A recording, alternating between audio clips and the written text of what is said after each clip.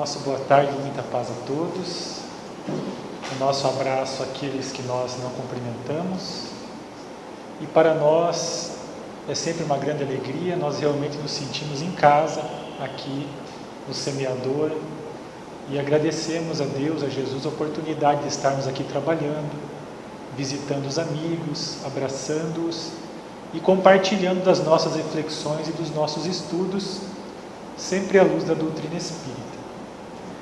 Nós selecionamos para a nossa conversa desta tarde o tema a cólera, e nós colocamos como subtítulo um dos termômetros do orgulho. E a título de introdução, para nós iniciarmos a nossa conversa, nós vamos nos utilizar de uma história que está no livro Jesus no Lar. Este livro, Jesus no Lar, foi psicografado por Francisco Cândido Xavier e ditado pelo espírito Neio Lúcio. E nós escolhemos uma história que trata da cólera. O título da história é Os Descobridores do Homem. E nós faremos agora a leitura para iniciar então a nossa exposição. Fim da leitura de alguns trechos da história de Jó, a palestra na residência de Simão versou acerca da fidelidade da alma ao Pai Todo-Bondoso. Diante da vibração de alegria em todos os semblantes, Jesus contou bem-humorado. Apareceu na velha cidade de Nínive um homem tão profundamente consagrado a Deus que todos os seus contemporâneos, por isso, lhe rendiam especial louvor. Tão rasgados eram os elogios à sua conduta que as informações subiram ao trono do Eterno. E porque vários arcanjos pedissem ao Todo-Poderoso a transferência dele para o céu, determinou a divina sabedoria fosse procurado na selva da carne, a fim de verificar-se com exatidão se estava efetivamente preparado para a sublime investidura. Para isso, os anjos educadores a serviço do Altíssimo enviaram à terra 4 rudes descobridores de homens santificados, e a necessidade, o dinheiro, o poder e a cólera desceram, cada qual a seu tempo, para efetuarem as provas indispensáveis. A necessidade, que em casos desses sempre surge em primeiro lugar, aproximou-se do grande crente e se fez sentir de vários modos, dando-lhe privações, obstáculos, doenças e abandono de entes amados. Entretanto, o devoto, robusto na confiança, compreendeu na mensageira uma operária celeste e venceu-a, revelando-se cada vez mais firme nas virtudes de que se tornara modelo. Chegou então a vez do dinheiro.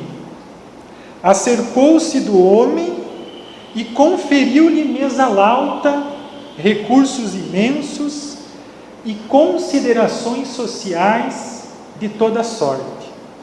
Mas o previdente aprendiz lembrou-se da caridade e, afastando-se das insinuações dos prazeres fáceis, distribuiu moedas e posses em multiplicadas obras do bem, conquistando o equilíbrio financeiro e a veneração geral.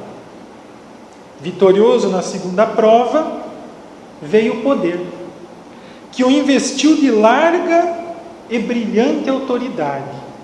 O devoto, contudo, recordou que a vida, com todas as honrarias e dons, é simples empréstimo da providência celestial, e usou o poder com brandura, educando quantos o rodeavam por intermédio da instrução e do trabalho, bem orientados, recebendo em troca a obediência e a admiração do povo entre o qual nascera. Triunfante e feliz, o crente foi visitado, enfim, pela cólera. De maneira a sondar-lhe a posição espiritual, a instrutora invisível valeu-se de um servo fraco e ignorante, e tocou-lhe o amor próprio, falando com manifesta desconsideração, em assunto privado que, embora expressão da verdade, constituía certo desrespeito a qualquer pessoa de sua estatura social e indiscutível dignidade. O devoto não resistiu. Intensa onda sanguínea lhe surgiu no rosto com gesto, e ele se desfez em palavras contundentes, ferindo familiares e servidores e prejudicando as próprias obras. Somente depois de muitos dias conseguiu restaurar a tranquilidade, quando, porém, a cólera já lhe havia desnudado o íntimo, revelando-lhe o imperativo de maior aperfeiçoamento e notificando o Senhor que aquele filho matriculado na escola da iluminação ainda requeria muito tempo na experiência purificadora para situar-se nas vibrações gloriosas da vida superior.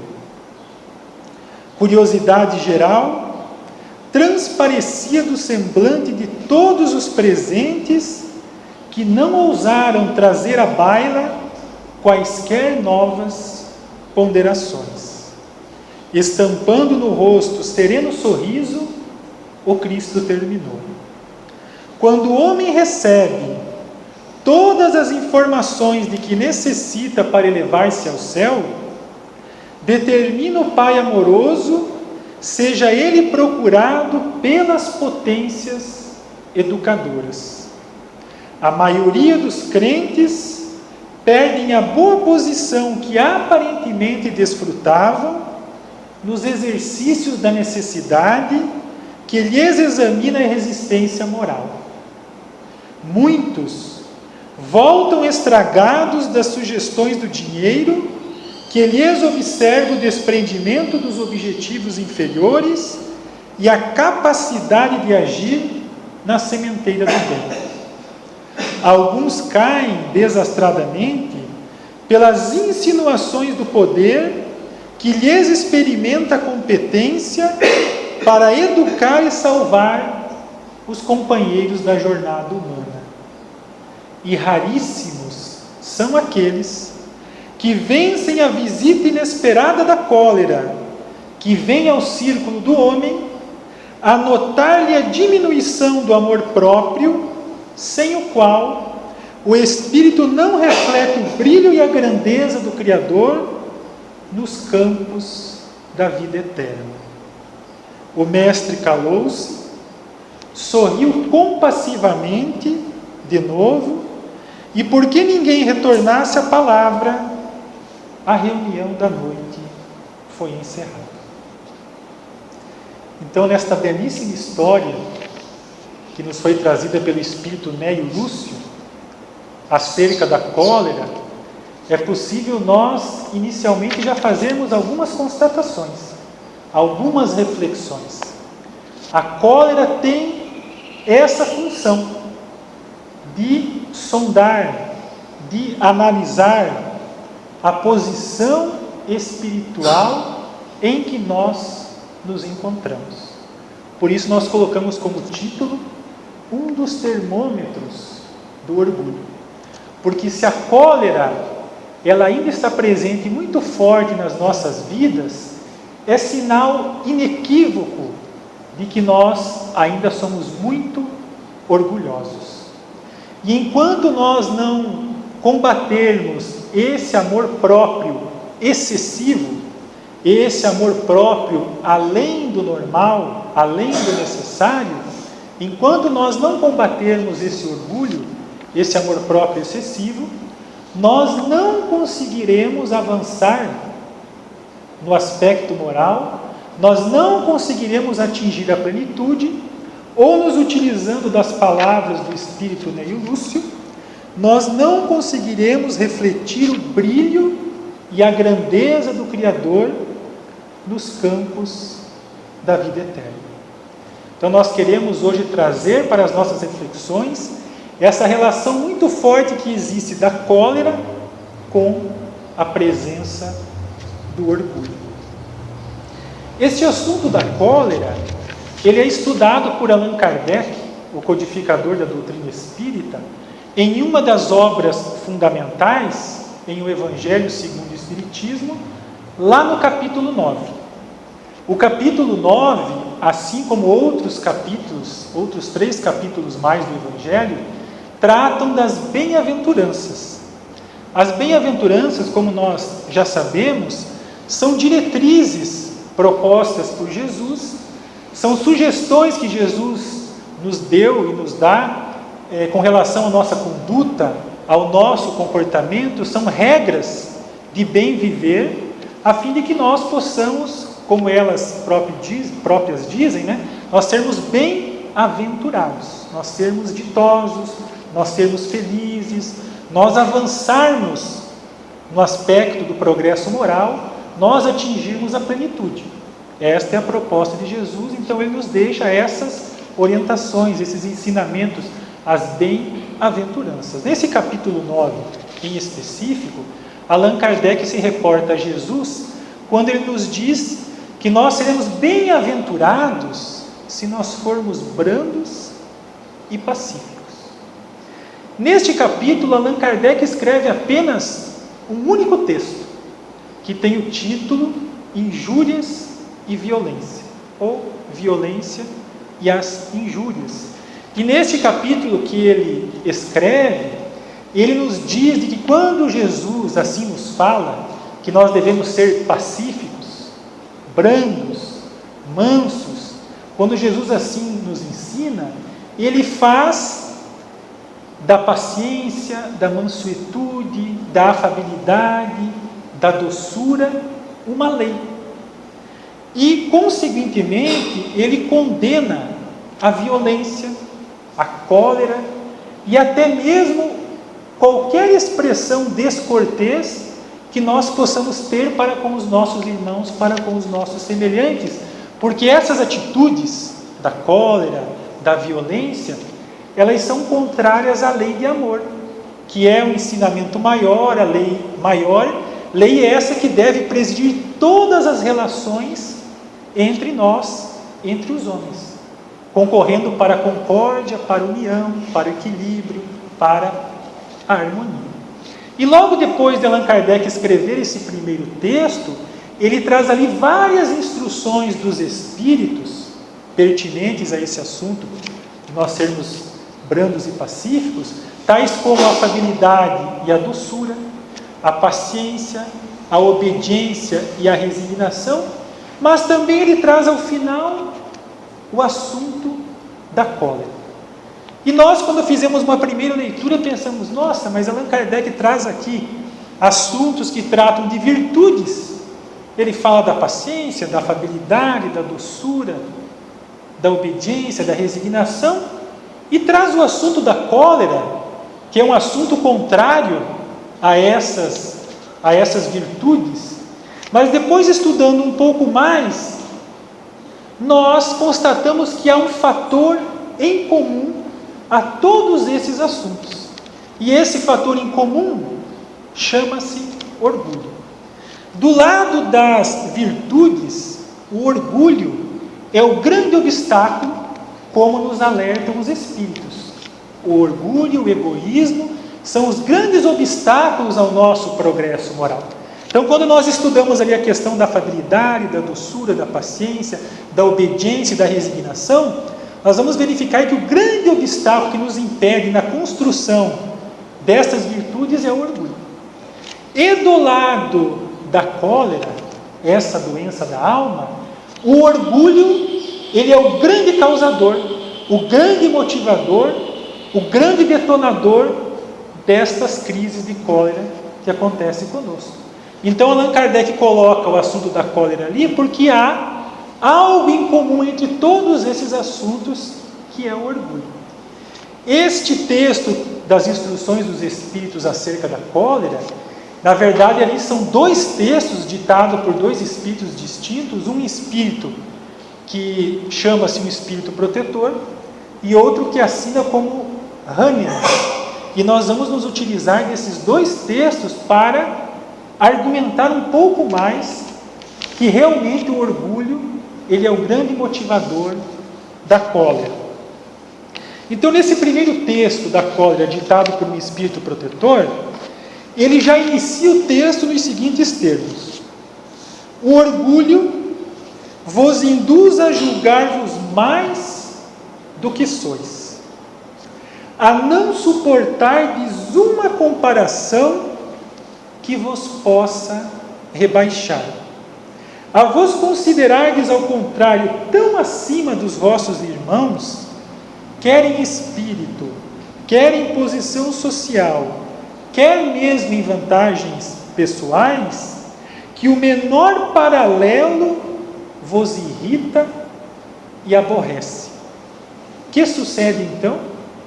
Entregai-vos à cólera. Então, se nós analisarmos, é bem isso que acontece conosco. Quando alguém nos contraria, quando alguém fala que nós estamos errados, quando alguém nos fala não, quando alguém nos faz uma demonstração, ou o ponto de vista dele parece ser superior ou melhor que o nosso, um simples paralelo nos aborrece, nos irrita, e aí nós nos entregamos à cólera. Pesquisai a origem desses acessos de demência passageira, que vos assemelham ao bruto, fazendo-vos perder o sangue frio e a razão. Pesquisai, e quase sempre, se não todas as vezes, deparareis com o orgulho ferido. Então o Espírito Protetor já nos mostra claramente a relação forte que existe entre a cólera e o orgulho. Ele nos faz um convite para nós pesquisarmos, para nós analisarmos aquelas situações que nós nos assemelhamos ao bruto, porque nós perdemos o nosso sangue frio e a nossa razão. E às vezes, numa fração de segundos, nós cometemos erros que nós nos arrependeremos pelo resto da nossa existência. E teremos que reparar, se não nessa existência, em existências posteriores. Então ele nos faz um convite: pesquisai com sinceridade, analisai, meditai sobre esses momentos. Em seu frenesi, o homem colérico a tudo se atira, à natureza bruta, aos objetos inanimados, quebrando-os porque lhe não obedece. Ah, se nesses momentos pudesse ele observar-se a sangue frio, ou teria medo de si próprio, ou bem ridículo se acharia. Então vejamos como a cólera, ela é prejudicial para a nossa saúde, para o nosso equilíbrio. Nós, naquele frenesi, nos atiramos a tudo, quebrando os objetos porque eles não nos obedecem. Chutamos as portas, quebramos os objetos, porque afinal de contas os objetos não nos obedecem. Mas eles não irão nos obedecer mesmo, porque eles são simplesmente objetos inanimados. Então vejamos os prejuízos que a cólera traz para nós, os prejuízos para a nossa saúde. Nós nos desequilibramos, nós naqueles momentos nos assemelhamos ao bruto, perdemos o sangue frio e a razão. E para nós argumentarmos um pouco mais sobre os graves prejuízos da cólera, nós também aqui queremos nos valer de um texto que está na obra Revelações da Luz. Este livro foi ditado pelo Espírito Camilo, ditado pelo Espírito Camilo e psicografado por José Raul Teixeira. E no capítulo 13 ele fala sobre a cólera, fazendo uma analogia desse momento que nós temos uma crise de cólera com a erupção de um vulcão, quando aquelas lavas assim descem do vulcão, realmente para nos chocar, para nós termos uma ideia da gravidade. Então ele inicia assim: erupção aturdente, que a semelhança de lavas vulcânicas procede do teu âmago, a cólera converte-se em substância fatal. Aos poucos, se não te reeducas, essas lavas, em se derramando de ti sobre ti mesmo, conseguem pouco a pouco corroer a tua expressão de equilíbrio em processo de construção vagarosa em tua alma. Cada vez que te encolerizas, ao te recompores, já não te assentarás psiquicamente onde estavas antes da alucinação. Ao te acalmares, estarás mais desgastado e aos poucos, de crise em crise, perturbar-te-ás de morte. Um infarto, um acidente vascular, uma apoplexia, muitas vezes, tem raízes nos acessos coléricos que não corrigiste a tempo. Então ele nos chama a atenção. Se nós não tomarmos cuidado, se nós não nos reeducarmos, se nós não começarmos a combater a cólera e, consequentemente, combatermos o orgulho, ou combatermos o orgulho para combatermos a cólera, nós, de crise em crise, nós estaremos caminhando, muitas vezes, para a morte do corpo físico. Um AVC, um acidente vascular, um infarto fulminante, uma apoplexia, como ele aqui se refere, que é uma hemorragia cerebral, parecida com AVC, muitas vezes tem causa nesses acessos coléricos que nós não corrigimos a tempo. Então a cólera, ela é preocupante, porque ela traz graves prejuízos para a nossa saúde. Então o Espírito Camilo nos convida: detente para meditar, porque te estarás matando, engendrando suicídio infeliz, por desfalcar as tuas energias vitais, deixando-te espiritualmente depauperado, espiritualmente enfraquecido, esgotado. Então, de crise em crise, nós vamos esgotando, nos enfraquecendo espiritualmente, energeticamente, as nossas energias vitais, nós vamos enfraquecendo e esgotando essas energias, se nós vamos tendo uma crise após a outra e não fazemos nada para combater isso. Nós vamos engendrando um suicídio indireto, porque nós vamos abreviando a nossa existência aqui na Terra. E também nós damos brecha para processos obsessivos. Então a cólera ela traz graves inconvenientes para a nossa saúde energética, para a nossa saúde espiritual e, sobretudo, para a nossa saúde física.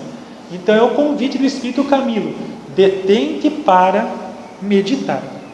E aqui na sequência, ele nos traz 6 situações, a fim de que nós pudéssemos, em lendo essas situações, fazermos um levantamento sobre nós mesmos, não do outro, mas um levantamento sobre nós, a fim de nós verificarmos se nós nos encaixamos em alguma dessas situações, o que significa que nós temos a presença do orgulho muito forte ainda na nossa intimidade.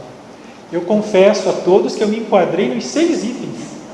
Eu tirei nota 10 no teste que um dia eu gostaria de tirar 0 pela primeira vez num teste, seria nesse teste aqui. Eu me enquadrei em todos os 6 itens. Eu vou fazer a leitura e cada um pense como se comportaria diante dessas situações.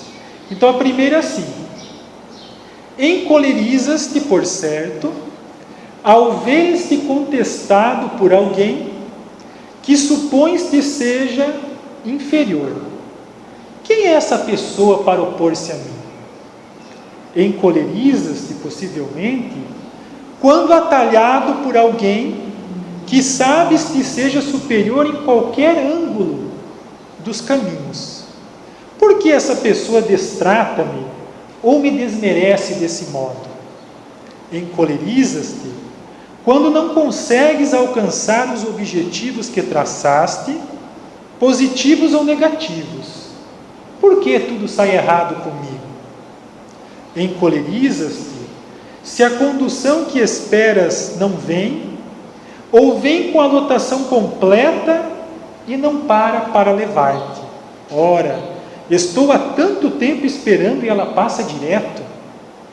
Encolerizas-te ante a administração mal desenvolvida, perante a política que não te atende, diante das pessoas que não te aceitam. Encolerizas-te pelo tempo ruim no fim de semana, pela visita indesejada que te impede de fazer outro programa, pelo balconista desatento que te atende mal. São apenas 6 situações, mas nós poderíamos aqui elencar muitas outras. A própria questão do trânsito, que hoje é muito comum, né? As pessoas se degladiando no trânsito porque foram fechadas, porque a pessoa da frente anda devagar, porque o sinal fecha e tantas outras situações que nós nos encolerizamos, que afinal de contas as coisas não acontecem da maneira como nós gostaríamos ou queríamos que elas acontecessem. E aí o Espírito Camilo nos diz assim, que a cólera é uma doença soez, é uma doença do espírito, é uma doença espiritual, morbo desagregador. A cólera se nutre na vala fétida do orgulho. Ele usa aqui uma analogia que é realmente algo que nos choca, né? Se nutre na vala fétida do orgulho. O orgulho, então, ele fede, né? Ele cheira mal para os espíritos, né? Fazendo-te admitir que és, ou que deve ser alguém intocável, embora saibas estar num orbe de provações e de expiações, desde as mais simples às mais inabordáveis por sua gravidade. Mas o que nós podemos fazer então? Os Espíritos, eles sempre nos explicam, nos esclarecem, mas também com relação aos problemas, mas também nos dão caminhos, diretrizes para que nós possamos buscar então a melhoria, né, a resolução, uma solução para esses problemas. Então, antes de nós passarmos as considerações dos Espíritos Camilo, Joana de Ângeles e Emmanuel, que eles nos trazem informações acerca de como nós podemos combater o orgulho e, consequentemente, a cólera, nós queremos aqui fazer uma reflexão importante que o Espírito Hahnemann nos traz quando ele fala sobre a cólera. É algo que possivelmente todos nós já sabemos, nós que estamos na doutrina espírita, mas que sempre é importante e oportuno de nós lembrarmos.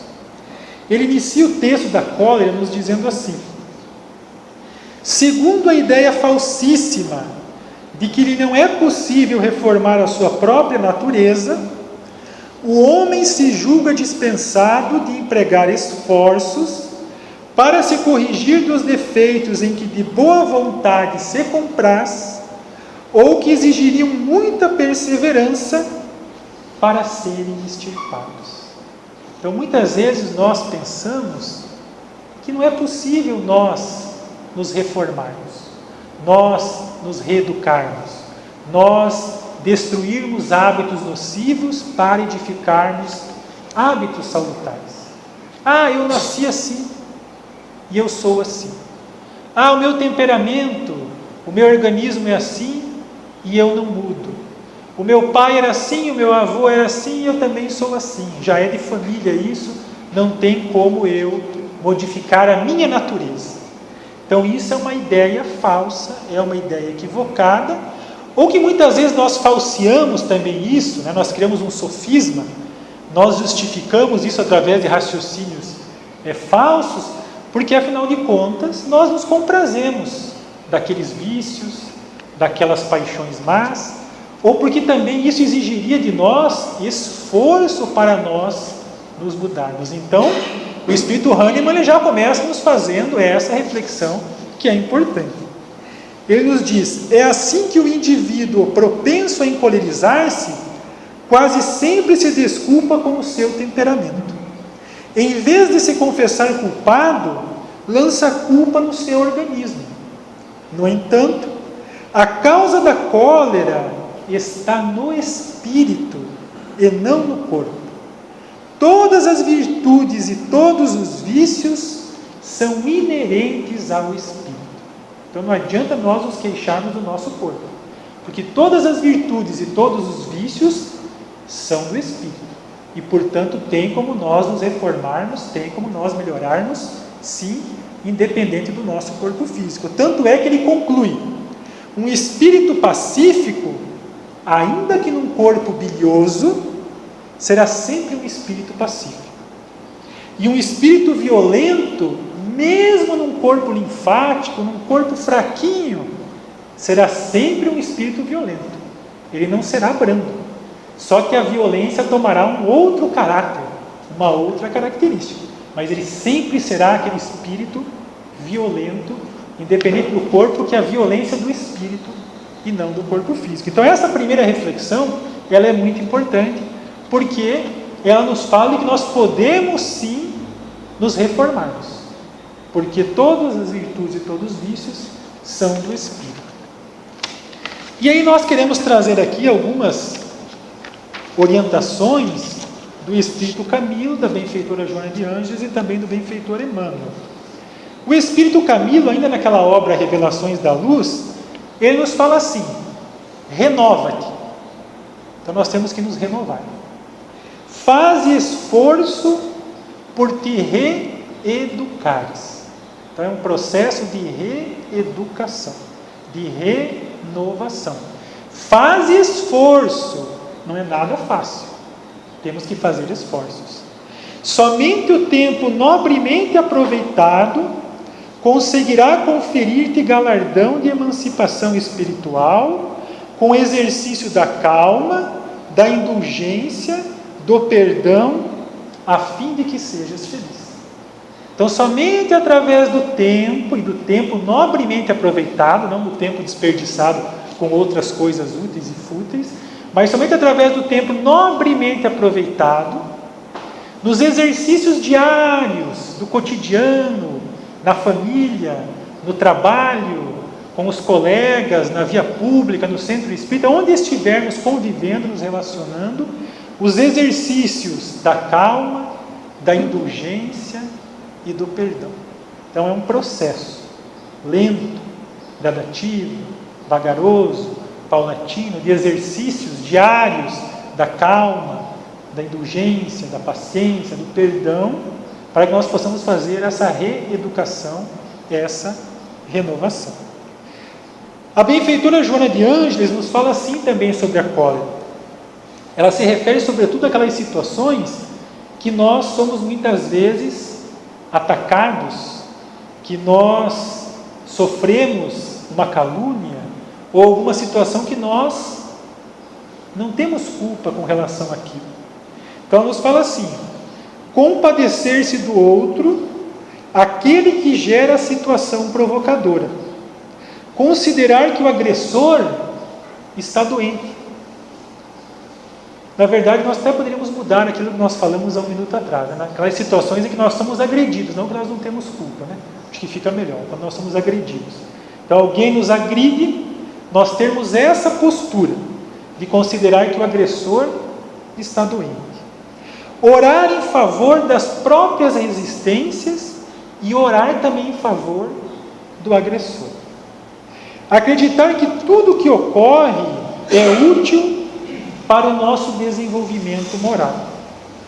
Pensar em Jesus, acusado injustamente, permanecendo tranquilo e silencioso, embora sendo o Senhor de todos nós. Lentamente, mantendo-se esse processo simples, instala-se o hábito do silêncio ante as ofensas e a coragem para os enfrentamentos sem a presença do desequilíbrio. Nós enfrentarmos as situações com coragem, mas sem nós nos desequilibrarmos.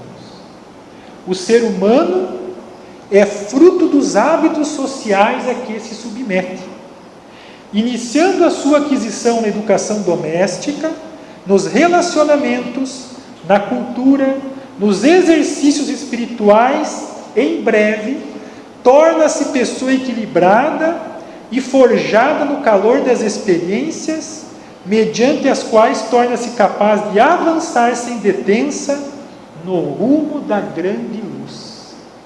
Então, o ser humano, todos nós somos frutos dos nossos hábitos. Então, essa é a grande proposta: destruirmos hábitos nocivos e construirmos hábitos novos, hábitos salutares. Mas é todo um processo. Então, aqui a benfeitora Joana de Ângelos faz orientações para nós instalarmos, dentro de nós esse hábito do silêncio diante das ofensas. E nós queremos concluir a nossa exposição com as orientações do Espírito Emmanuel, através da obra O Consolador, quando perguntaram a ele na questão 254, que é a paciência e como adquiri-la.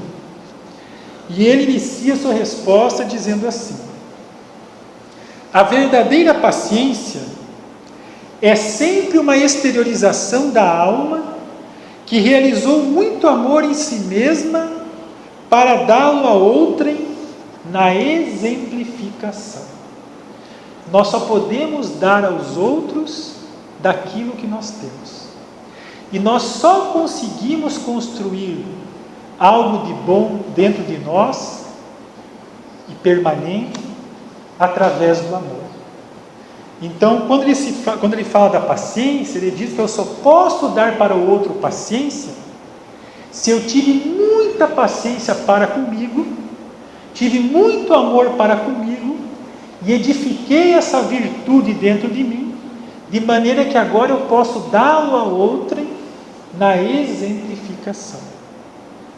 E ele continua: esse amor é a expressão fraternal que considera todas as criaturas como irmãs, em quaisquer circunstâncias, sem desdenhar energia para esclarecer a incompreensão, quando isso se torne indispensável. Esse é um grande exercício que nós devemos fazer para combater o orgulho que ainda existe em nós. É sempre e diante de qualquer situação nós nos enxergarmos como irmãos. Todos nós somos irmãos, filhos do mesmo Pai, Deus, o Criador. Todos nós as suas criaturas. Perante Deus, todos nós somos iguais. É bem verdade que nessa grande caminhada evolutiva, alguns estão sim alguns passos à frente, por mérito próprio, e outros estão alguns passos atrás. Mas não há ninguém superior ao outro, o melhor do que o outro. Todos nós somos irmãos. E se nós cultivamos esse exercício de nos enxergarmos como irmãos, nós vamos aos poucos também combatendo o orgulho. Porque quando nós somos orgulhosos, nós nos acreditamos melhores e superiores às outras pessoas. E nesse sentido, a doutrina espírita nos ajuda muito, porque o espiritismo bem compreendido, ele nos dá uma visão tão do alto, que esse sentimento da personalidade, ele some. Quando nós compreendemos o verdadeiro sentido da vida, o verdadeiro sentido de existir, sob a ótica da imortalidade, sob o prisma da reencarnação, a imortalidade da alma e a reencarnação, elas desferem um golpe muito forte contra o egoísmo e contra o orgulho. Porque essa questão da posição social, da cor da pele, do sexo, dos brasões de família, todas essas questões da riqueza, da miséria, todas essas questões, nós vemos que são questões transitórias, questões secundárias, que são importantes, que são experiências, são importantes para o nosso aprendizado, mas todos nós somos iguais diante de Deus. Uma hora nós encarnamos numa cor, ora encarnamos outra cor, ora encarnamos num corpo feminino, ora encarnamos num corpo masculino, ora na pobreza, ora na riqueza. Então não existe ninguém melhor do que o outro. E continua o benfeitor Emmanuel: é com a iluminação espiritual do nosso íntimo que adquirimos esses valores sagrados da tolerância esclarecida. Então, é com a iluminação espiritual do nosso íntimo. É um trabalho individual de cada pessoa, que ela deve fazer esse trabalho, essa construção na sua intimidade, no seu coração. E para que nos edifiquemos nessa claridade divina, faz-se mistério educar a vontade. Isso aqui nós já temos que guardar. A vontade é um dos aspectos muito importantes em qualquer transformação, em qualquer construção que nós vamos fazer. Nós temos que educar a vontade, curando enfermidades psíquicas seculares que nos acompanham através das vidas sucessivas, quais sejam as de abandonarmos o esforço próprio, de adotarmos indiferença e de nos queixarmos de forças exteriores quando o mal reside ainda dentro de nós. Então, possivelmente, em muitas existências, nós não tivemos a firme vontade de levar a efeito esse processo de melhoria, de transformação, de reforma, de reeducação. Nos faltou a verdadeira vontade. Então, uma vez esclarecidos, o primeiro passo é nós educarmos a nossa vontade, elevarmos o padrão de vontade. Essa é a primeira orientação do benfeitor. E em seguida ele complementa nos dizendo assim: para levarmos a efeito uma edificação tão sublime, necessitamos começar pela disciplina de nós mesmos e pela continência dos nossos impulsos, considerando a liberdade do mundo interior, de onde o homem deve dominar as correntes da sua vida. Então, além da vontade, é através da disciplina que nós vamos conter esses impulsos que vêm lá da nossa intimidade, de nós mesmos, da nossa essência. Esses impulsos são nossos. Então, é através da disciplina que nós vamos conter esses impulsos, que nós vamos dominar as correntes da nossa vida, que nós vamos nos apropriar dos nossos próprios destinos, através da disciplina. E finalmente ele conclui então a sua resposta nos dizendo assim: o adágio popular, o ditado popular, considera que, abre aspas, o hábito faz a segunda natureza, fecha aspas, e nós devemos aprender que a disciplina antecede a espontaneidade, dentro da qual pode a alma atingir mais facilmente o desiderato da sua redenção. Termina ele a sua resposta. Então, uma vez esclarecidos, uma vez conscientes acerca dessa necessidade de nós nos reformarmos, de nós lutarmos contra o egoísmo e contra o orgulho, o que devemos fazer? Elevar o padrão de vontade e estabelecer disciplinas para uso próprio, porque a disciplina, ela antecede, ela vem antes da espontaneidade, e é assim que nós conseguiremos conter esses impulsos, destruir hábitos nocivos e edificar hábitos salutares. Então essas seriam as nossas considerações acerca da cólera, um dos termômetros do orgulho.